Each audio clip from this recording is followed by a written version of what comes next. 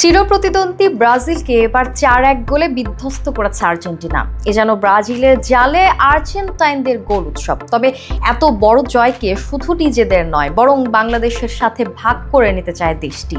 গোল করার পর তাই রাফিনিয়াকে চোখ রাঙিয়ে ফার্নান্দেজ বললেন, এই জয় বাংলাদেশের জন্য।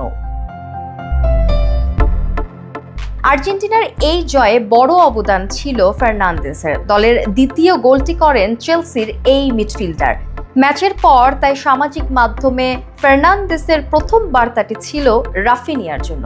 ব্রাজিলিয়ান ফরওয়ার্ড রাফিনিয়া ম্যাচের আগে বলেছিলেন, আর্জেন্টিনাকে আমরা হারাবো অবশ্যই, পর্যদস্ত করব ওদের মাঠের ভেতরে এবং প্রয়োজন পড়লে মাঠের বাইরে আমি গোল করব, নিজের সবকিছু নিয়েই নামছি আমি। রাফিনিয়ার এমন মন্তব্যে তাই ম্যাচের আগের পরিস্থিতি ছিল কিছুটা উত্তপ্ত। সংবাদ সম্মেলনে সেই আঁচও লেগেছিল।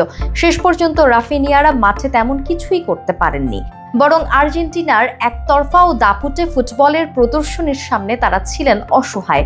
ম্যাচের পর হাস্যোজ্জ্বল উদযাপনের ছবি পোস্ট করে রাফিনিয়াকে বিনয়ী থাকার আহ্বান জানান। একটু পরে আরেকটি পোস্টে তিনি কৃতজ্ঞতা জানান বাংলাদেশের প্রতি।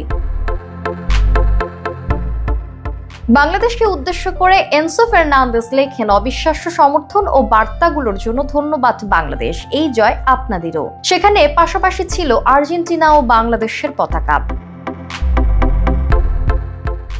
ইদানিং আর্জেন্টাইন ফুটবলারদের প্রায় সবার প্রতিটি পোস্টেই দেখা যায় বাংলাদেশের মানুষের প্রবল সম্পৃক্ততা। গত জুলাই আগস্টের আন্দোলনের সময় বাংলাদেশের মানুষের প্রতি সংহতি জানিয়ে 2 দফায় পোস্ট করেছিলেন এই মিডফিল্ডার। গত বিশ্বকাপের সময়কার উন্মাদনা থেকে এটা ভালোভাবে জানতে পেরেছেন আর্জেন্টিনার ফুটবলাররা। তারই সূত্র ধরে বাংলাদেশকে কৃতজ্ঞতা জানিয়েছেন এনসো ফার্নান্দেজ।